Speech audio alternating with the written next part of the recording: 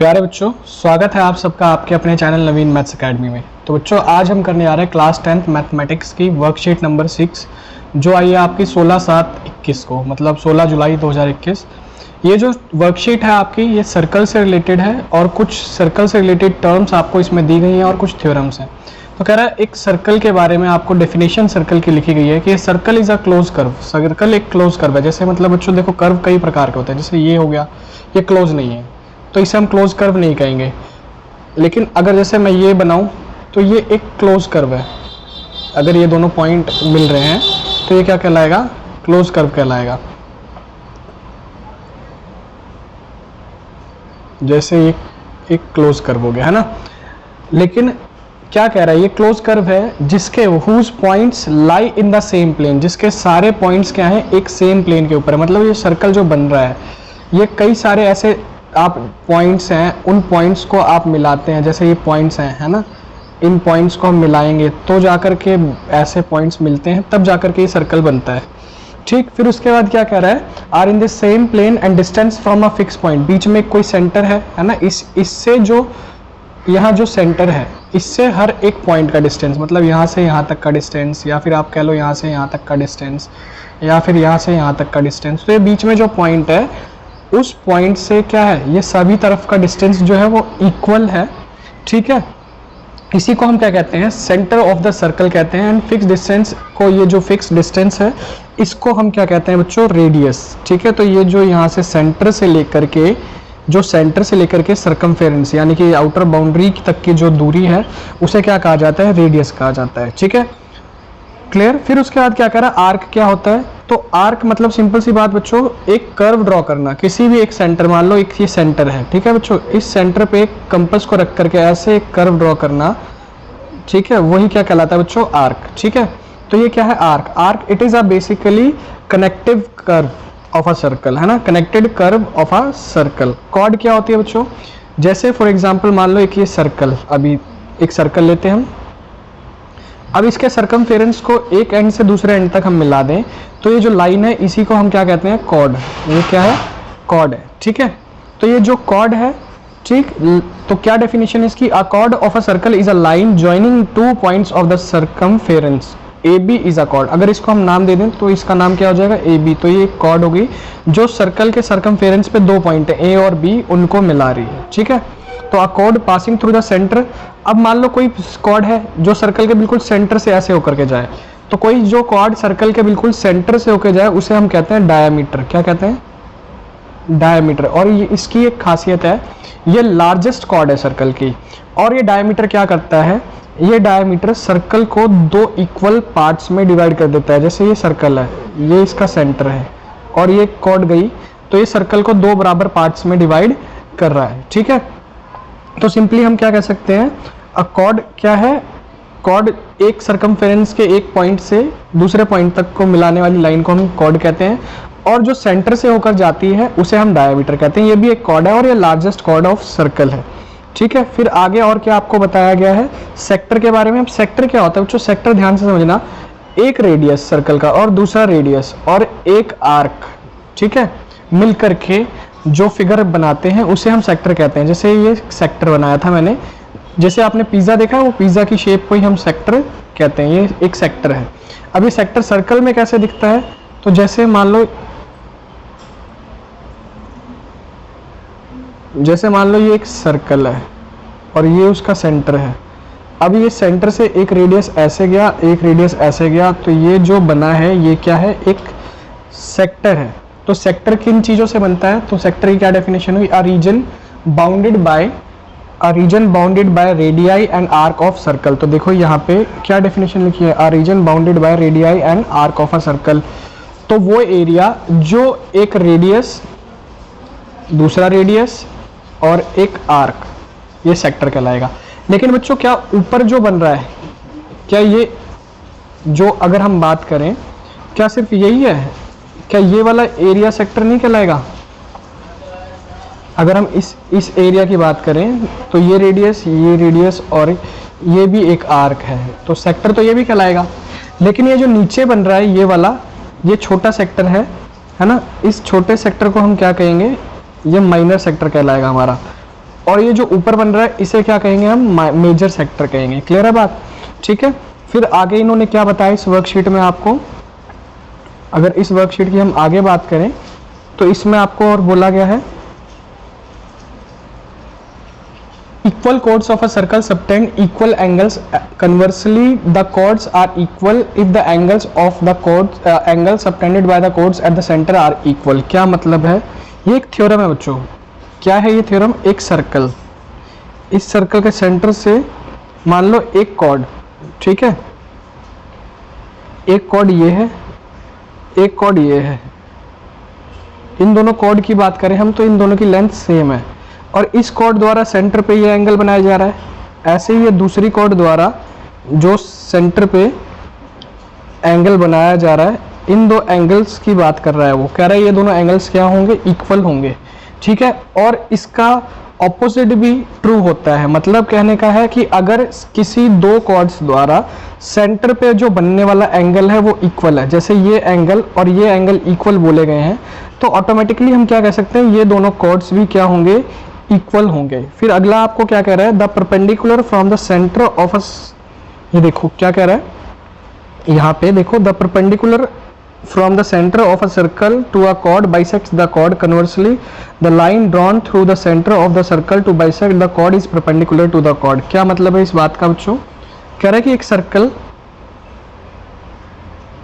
इसके सेंटर से कॉर्ड के ऊपर, ये कॉर्ड है, इसके ऊपर एक लाइन ड्रॉ की गई है, तो ये क्या कर रही है, कॉर्ड इस लाइन को दो बराबर हिस्सों में बांट रही है और ये इसके ऊपर परपेंडिकुलर भी होगी। अगर लाइन के इसका नाम, कॉर्ड का नाम ए बी दे दें और ये जहाँ पे पॉइंट ई दे दें इसको नाम, ठीक है, तो क्या कहना चाह रहा है ये, ए ई और बी ई की लेंथ क्या होगी बच्चों, बराबर होगी। क्लियर है बात?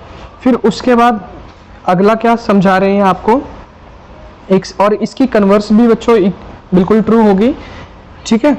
तो equal chords of a circle, क्या कहना चाह रहा है, equal chords of a circle are equi distance from the centre, ठीक है। Conversely chords are equal if they are equidistant from the centre. क्या मतलब है इसका, कि जैसे मान लो ये सर्कल है, इसकी एक कॉर्ड ये है, एक कॉर्ड ये है और ये दोनों कॉर्ड क्या है, बराबर हैं, तो कहना चाह रहा है जो इसकी दूरी यहाँ से है सेंटर से और इसकी दूरी जो है सेंटर से, ये दोनों क्या होगी बच्चों, बराबर होगी। मान लो ये सेंटर है O और ये OE है और ये OF है, तो क्वेश्चन क्या कहना चाह रहा है कि अगर दोनों कॉर्ड्स बराबर है, मान लो AB एक कॉर्ड है, ठीक, और एक कॉर्ड CD है, तो कह रहा है AB और CD क्या होंगे, बराबर होंगे। क्लियर बात? ठीक है। और इसकी कन्वर्स बात भी वो कह रहा है ट्रू है, अगर ये जो कॉर्ड की लेंथ अगर इक्वल दी हुई है, मतलब OE और OF आपको बराबर दिया हुआ है, तो कॉर्ड AB और CD भी क्या होंगे बच्चों, बराबर होंगे, ऐसा इसमें कहा जा रहा है, ठीक है। फिर आगे हम बात करें तो आगे और क्या आपको कहा जा रहा है, फिर आगे आपको कह रहा है कि the angle subtended bye an arc eight the centre of a circle, the angle subtended bye an arc eight the centre is double the angle subtended bye it any point of the remaining part of the circle. ठीक है, क्या मतलब बच्चों इस बात का समझते हैं। जैसे ये एक सर्कल, एक आर्क, मान लो ये एक आर्क है, ठीक है, इस आर्क का नाम दे दिया हमने ए बी।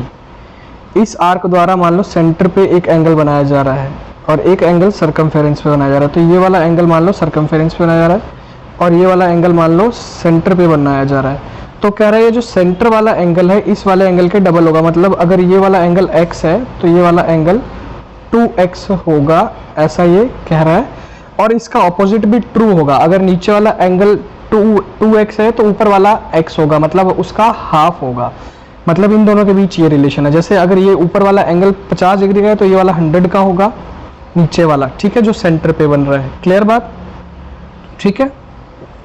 उसके बाद और क्या कह रहा है ये, और इस शीट में क्या क्या दिया हुआ है, कह रहा है कि angles in the same segment of a circle are equal, किसी सर्कल के एक ही सेगमेंट में बनने वाले एंगल्स इक्वल होते हैं। कैसे बच्चों समझते हैं, मतलब ये मान लो एक सर्कल, ठीक है, ये अब दो सेगमेंट्स बना दिए मैंने, एक माइनर सेगमेंट, एक आर्क और एक कॉर्ड द्वारा बनने वाले एरिया को हम सेगमेंट कहते हैं बच्चों। ठीक है, तो ये नीचे जो है ये माइनर सेगमेंट है और जो ऊपर है वो मेजर सेगमेंट है। तो मान लो इस सेगमेंट में एक एंगल ये बन रहा है, ठीक है, सरकमफेरेंस पे, और एक दूसरा एंगल ये बन रहा है, ठीक है, इसी सेगमेंट की बात कर रहे हैं बच्चों ये, ठीक है। यहाँ पे ये आएगा, ठीक है। तो बात करें इसकी, फिर से एक बार बनाता हूँ। देखो बच्चों ये कह रहा है ये एक एंगल ये और एक एंगल ये, तो ये दोनों एंगल जो हैं ये इक्वल होंगे, ऐसा ये आपको कह रहा है, ठीक है। फिर उसके बाद क्या कह रहा है कि किसी the sum of either of the pair of opposite angles of a cyclic quadrilateral is 180 degree. क्या मतलब बच्चों, पहले समझते हैं साइक्लिक क्वाड्रिलेटरल क्या होता है। जैसे एक सर्कल के सरकमफेरेंस पे कोई 4 पॉइंट, उन चारों पॉइंट से बनने वाले क्वाड्रिलेटरल कहते हैं, ठीक है। ये जो डायग्राम बन रहा है इसको क्या कहते हैं, क्वाड्रिलेटरल। और ये क्वाड्रिलेटरल क्या कहलाता है बच्चों, साइक्लिक क्वाड्रिलेटरल। तो ये यहाँ पे ABCD एक साइक्लिक क्वाड्रिलेटरल है। और क्या कह रहा है कि एंगल A और C का सम कितना होगा, 180 डिग्री होगा, एंगल B और D का सम 180 डिग्री होगा। क्लियर है बात। चलो आगे और क्या दिया हुआ है अब देखते हैं। अब आपको इन्होंने एक एक्सरसाइज दी हुई है, ये एक्सरसाइज करनी है बच्चों। तो इस एक्सरसाइज में आपको क्या क्या पूछा गया है, कह रहा है the largest chord of a circle is, मैंने अभी बताया था आपको largest chord of a circle क्या है, इसका आंसर डायमीटर बताया था ना, ठीक है, डायमीटर, ठीक। फिर उसके बाद क्या कह रहा है, dash is the region between a cord and it's corresponding arc. अभी बताया था बच्चों कि एक कॉर्ड, ठीक है, अभी बताया था ना, सर्कल की एक कॉर्ड और आर्क द्वारा बनने वाले एरिया, तो ये एक आर्क है, ये एक कॉर्ड है, इसको हम क्या कहते हैं, सेगमेंट, ठीक है। तो इसका आंसर क्या होगा, सेगमेंट। क्लियर है बात। फिर उसके बाद क्या कह रहा है, third question, sector of a circle is the region between radii joining the points of the arc to the circle and dash of the circle, ठीक है। कह रहा है जो सेक्टर है एक सर्कल का, वो रीजन होता है बिटवीन रेडियाई मतलब एक से ज़्यादा रेडियस है ना, तो ये 2 रेडियाई हो गए मान लो, ठीक है, ये सेंटर हो गया, ठीक, O, और ये एक आर्क हो गई, ठीक है।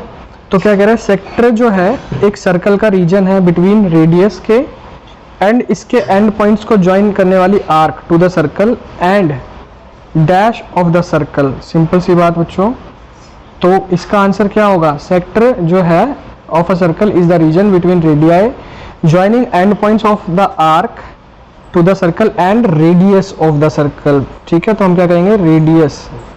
क्लियर है बच्चों, ठीक। रेडियस और सेंटर, ये सेंटर है,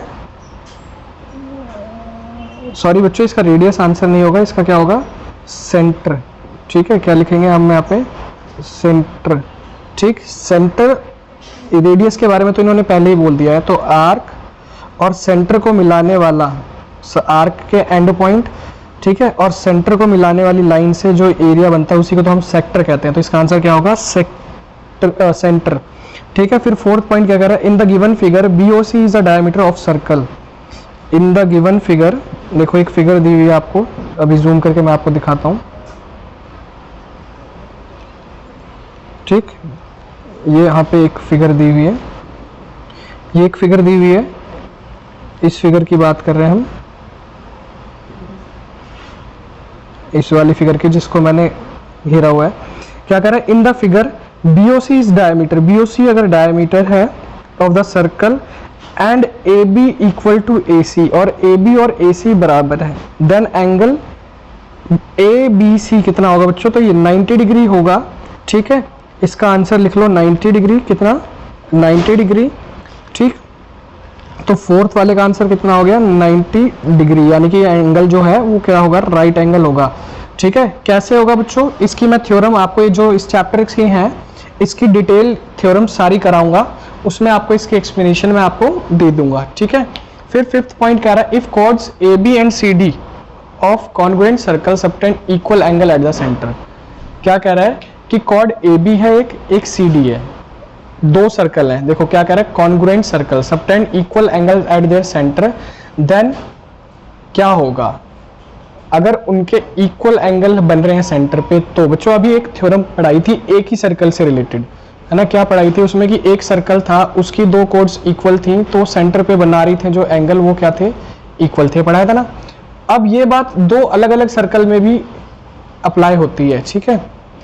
अगर मान लो कहा जाए 2 अलग अलग सर्कल है तब भी ये बात ट्रू है। जैसे मान लो एक सर्कल ये है और एक सर्कल ये है, इसकी कॉर्ड का नाम है CD, इसकी कॉर्ड का नाम है AB, और इस ये जो सेंटर पे बना रहा है एंगल और ये जो सेंटर पे बना रहा है एंगल, अगर ये दोनों एंगल बराबर है तो हम क्या कह सकते हैं, कॉर्ड्स भी क्या होंगी, बराबर होंगी। और अगर आपको क्वेश्चन में कॉर्ड्स बराबर दी हो तो एंगल भी क्या होगा, बराबर होगा। तो इसका आंसर क्या होगा बच्चों, पहला वाला ऑप्शन सही है, यानी कि ए बी बराबर सी डी। फिर उसके बाद छठा वाला जो क्वेश्चन है सिक्स्थ में क्या कह रहा है, A B and C D are two equal chords. A B और सी डी क्या है, दो बराबर कोड्स हैं of a circle with centre O, जिस एक सर्कल का जिसका सेंटर क्या है ओ। ठीक है, तो बनाते हैं इसकी फिगर। क्या कह रहा है, एक सर्कल है ना, इसकी दो कोड्स मान लो, एक ए बी और एक सी डी। तो इस कोड को हमने नाम दे दिया ए बी, इस कोड को नाम दे दिया हमने सी डी। ठीक, फिर उसके बाद क्या कह रहा है, A B and C D are two equal chords of a circle whose centre is O, जिसका सेंटर क्या है बच्चों, ओ है। ठीक, शिट, सर्कल मिट गया, एक बार दोबारा ले लेते हैं बच्चों, सर्कल फिगर एक बार फिर से बना लेते हैं। ठीक है, ये एक सर्कल, इसकी एक कोड ए बी, एक कोड सी डी। इस कोड का नाम हमने दे दिया ए बी, इस कोड का नाम दे दिया हमने सी डी। फिर क्या कह रहा है, A B and C D are two equal chords of a circle whose with centre O, जिसका सेंटर क्या है ओ। तो यहाँ पे एक सेंटर ले लेते हैं, मान लो ये एक सेंटर है उसका जो ओ है। फिर उसके बाद क्या है, such that angle A O B, such that angle A O B, ये वाला एंगल कितने डिग्री का दिया हुआ है आपको, 80 डिग्री का। तो सी ओ डी कितना होगा, अभी बताया था बच्चों कि अगर कोड्स इक्वल हैं तो उनसे बनने वाले जो सेंटर पे एंगल है वो क्या होंगे, दोनों इक्वल होंगे, यानी कि एंगल ए ओ बी और सी ओ डी क्या होगा, बराबर होगा। तो अगर ए ओ बी भी 80 का है तो सी ओ डी भी क्या होगा बच्चों, 80 डिग्री का होगा। ठीक है, तो इसका आंसर क्या हो गया बच्चों, 80 डिग्री। ठीक, क्लियर। तो बच्चों आशा करता हूं आपको जो भी आज की जो ये शीट है अच्छे से समझ में आ गई होगी। ठीक है बच्चों, लास्ट में देखो क्या लिखा हुआ है, Covid appropriate behaviour cab message, keep maintaining physical distance of 6 feet और 2 यार्ड्स। तो बच्चों इस बात को फॉलो करो, 2 गज की दूरी बनाएं। ठीक है, और खुद भी सुरक्षित रहें और बाकियों को भी सुरक्षित रखें। प्लीज़ मास्क पहने, अपने hands time to time sanitise करें, ज़रूरत हो तभी घर से बाहर निकलें। ठीक है, मिलते हैं नेक्स्ट वीडियो में। बाय बाय, टेक केयर, धन्यवाद। अगर आपने हमारे चैनल को सब्सक्राइब नहीं किया बच्चों तो प्लीज़ सब्सक्राइब कर देना, आपसे रिक्वेस्ट है मेरी। मिलते हैं नेक्स्ट वीडियो में, जय हिंद।